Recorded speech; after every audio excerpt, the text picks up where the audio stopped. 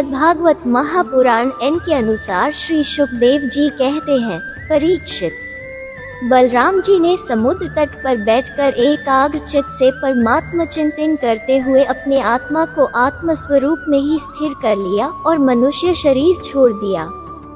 जब भगवान श्री कृष्ण ने देखा कि मेरे बड़े भाई बलराम जी परम पद में लीन हो गए, तब वे एक पीपल के पेड़ के तले जाकर चुपचाप धरती पर ही बैठ गए। भगवान श्री कृष्ण ने उस समय अपनी कांति से देदीप्यमान चतुर्भुज रूप धारण कर रखा था और धूम से रहित अग्नि के समान दिशाओं को अंधकार रहित प्रकाशमान बना रहे थे।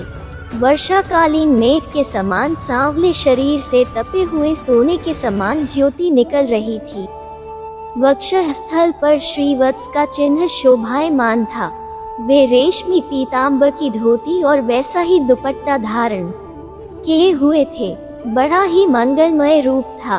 मुखकमल पर सुंदर मुस्कान और कपोलों पर नीली नीली अलकें बड़ी ही सुहावनी लगती थी।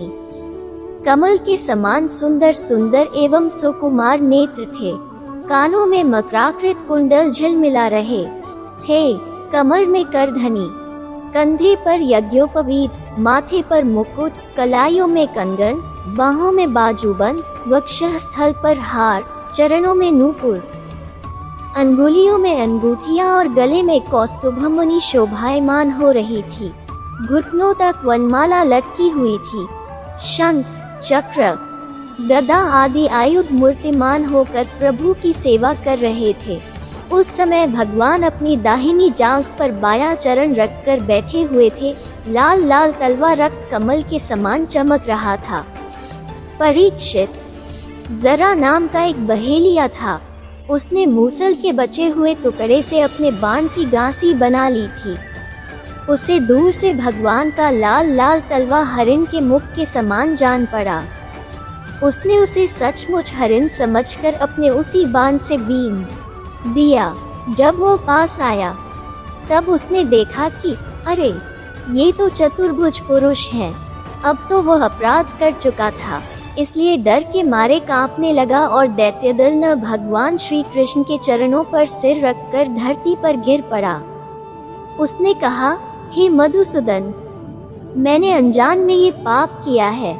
सचमुच मैं बहुत बड़ा पापी हूँ, परंतु आप परम यशस्वी और निर्विकार हैं। आप कृपा करके मेरा अपराध क्षमा कीजिए। सर्वव्यापक सर्वशक्तिमान प्रभु, महात्मा लोग कहा करते हैं कि आपके स्मरण मात्र से मनुष्यों का अज्ञान अंधकार नष्ट हो जाता है।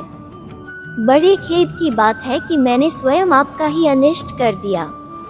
वैकुंठनाथ, मैं निरपराध हरिणों को मारने वाला महापापी हूँ।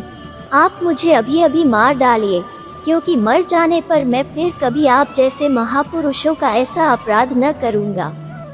भगवान, संपूर्ण विद्याओं के पारदर्शी ब्रह्मा जी और उनके पुत्र रुद्र आदि भी आपकी योग माया का विलास नहीं समझ पाते, क्योंकि उनकी दृष्टि भी आपकी माया से आवृत है। ऐसी अवस्था में हमारे जैसे पापयोनि लोग उसके विषय में कह ही क्या सकते हैं। भगवान श्री कृष्ण ने कहा, हे जरे, तू डर मत, उठ उठ। ये तो तूने मेरे मन का काम किया है। जा, मेरी आज्ञा से तू उस स्वर्ग में निवास कर, जिसकी प्राप्ति बड़े बड़े पुण्यवानों को होती है। श्री सुखदेव जी कहते हैं, परीक्षित, भगवान श्री कृष्ण तो अपनी इच्छा से शरीर धारण करते हैं। जब उन्होंने जरा व्याध को यह आदेश दिया, तब उसने उनकी 3 बार परिक्रमा की, नमस्कार किया और विमान पर सवार होकर स्वर्ग को चला गया। भगवान श्री कृष्ण का सारथी दारुक उनके स्थान का पता लगाता हुआ उनके द्वारा धारण की हुई तुलसी की गंध से युक्त वायु सूंघकर और उससे उनके होने के स्थान का अनुमान लगाकर सामने की ओर गया। दारुक ने वहां जाकर देखा कि भगवान श्री कृष्ण पीपल के वृक्ष के नीचे आसन लगाए बैठे हैं। असह्य तेज वाले आयुध मूर्तिमान होकर उनकी सेवा में संलग्न हैं। उन्हें देखकर दारुक के हृदय में प्रेम की बाढ़ आ गई। नेत्रों से आंसुओं की धारा बहने लगी। वो रथ से कूदकर भगवान के चरणों पर गिर पड़ा। उसने भगवान से प्रार्थना की, प्रभु, रात्रि के समय चंद्रमा के अस्त हो जाने पर राह चलने वाले की जैसी दशा हो जाती है, आपके चरण कमलों का दर्शन न पाकर मेरी भी वैसी ही दशा हो गई है। मेरी दृष्टि नष्ट हो गई है, चारों ओर अंधेरा छा गया है। अब न तो मुझे दिशाओं का ज्ञान है और न मेरे हृदय में शांति ही है।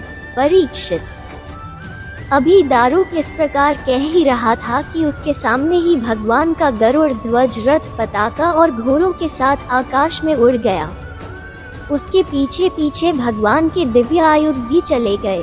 ये सब देखकर दारुक के आश्चर्य की सीमा न रही।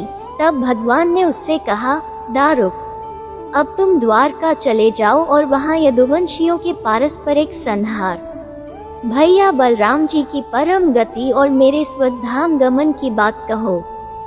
उनसे कहना कि अब तुम लोगों को अपने परिवार वालों के साथ द्वारका में नहीं रहना चाहिए।